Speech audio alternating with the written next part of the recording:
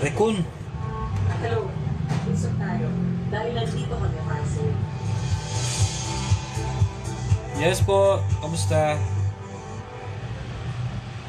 Sila ang ating new gen Big Four.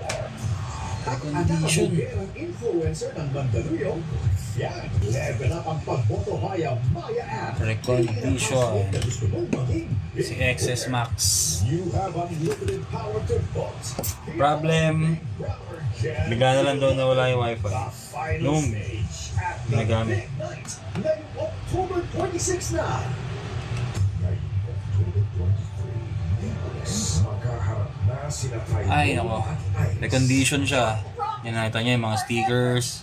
Yes, Federal Bureau of Investigations and Investigation na bumisita sa lugar nitong weekend. Umalis na rin umano sila matapos mangalap ng impormasyon tungkol sa insidente Ayun. sa pamamagitan Bend yung board. ng legal attaché. Patuloy ang So, may suspect na tayo dito. Bend yung board, naka-bend. Yan, ayan. Kita pala sa camera. Ayan, o. Diba? Hindi siya straight. Wi-Fi. Sa kanyang version ng sayaw na Ice Cream Yummy, Ice Cream Good. October 2023 nang sinimulan niyang mag-spread ng good vibes sa live stream sa TikTok. Ang laki ng bend ng board, nakakatakot.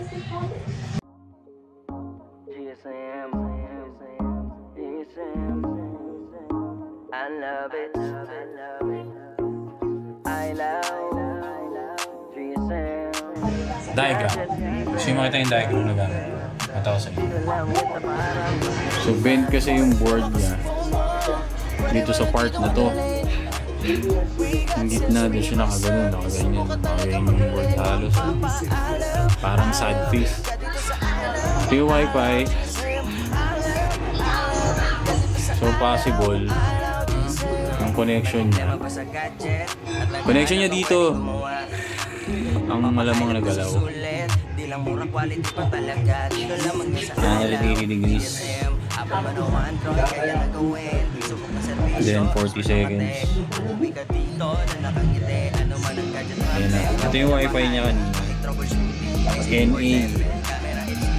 Ayan. Pero yung Bluetooth address niya meron. Yung wifi niya wala. So tintayin natin siya i-preheat. iPhone XS Max. Yan na, parang niluluto na yan. Yung sa papalamigin. Tapos ang itsura ng board niya, ayan. Tinanggal ko na yung ternilyo. May mga sticker ng Chinese. So ibig sabihin, recondition siya. Then nung inalis ko yung board, ayan. Tinunan ko kanina. Bend yung board mo.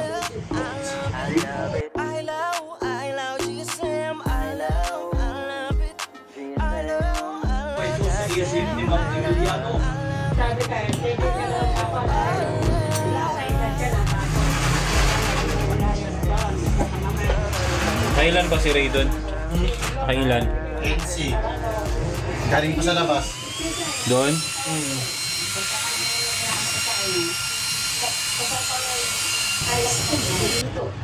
Na-inspire ako sa Bend yung board eh, Recon.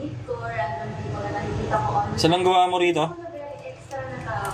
Yun lang? Oh, di pa ba yung J5S eh? Yung A5S sa isang araw pa.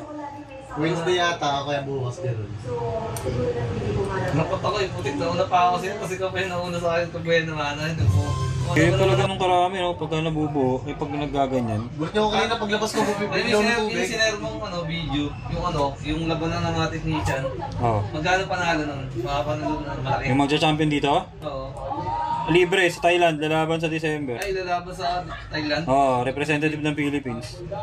Nakapapasok siya oh. Hindi ako pwede doon. Si Bas lang ang pwedeng ano doon. Hindi ko kaya yun. Hindi mo na Kung. Hindi niya panalo eh. Kung lalaban ka. Ako na lang sasali. Nagaling pa naman ang umakalaban. Oy! Mga Indiano, mga Chinese. Okay na siya. Wi-Fi, yan na. May Wi-Fi address na. Picturean muna natin. Successful yung repair natin. No Wi-Fi. Ayan, kung makikita nyo. Kanina, ang problem niya is walang Wi-Fi. Dahil nga siya recondition, ayan na siya. Nandito kami para Okay na siya. saan man sa mundo. Ang So, problem solved na. Pero may warranty naman to. Usually, pag ganito, nagbibigay tayo ng warranty pag hardware repair. Mga 1 month pag sa Apple. Pero pag ganitong recondition yung gagawin natin, medyo... Natin dito, ano lang? 2 weeks lang. Pero kung sakaling lumagpas, madaan sa pakiusap, wala nang problema. Ayun, okay na siya. Wi-Fi problem. Try natin i-connect. Connect. Karahasan, sexual, horror o droga na hindi angkop sa mga bata. Weak security. Hindi, wow. Ay! Hindi ko basta message. No. So yun. Yan. NA siya kanina. Ano kasi, naka-flip yung camera. From ganito. After natin ma-repair. Diba? So Wi-Fi working na siya. Maraming po salamat sa mga tiyaga sumilip. 10S Max, Wi-Fi problem, fix na. So susunod ulit. May sunod ulit na problem, live ulit tayo. Yan, okay na siya yung XS Max. 10S Max. Yan. Maraming po salamat. Wala namin nakatulad mo. Magaling sa away lali. Naghahanap ka ng trabaho. Kita-kits ulit next live. Hey.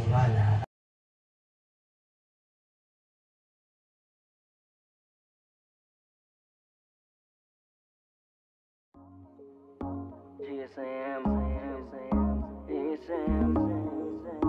I love it,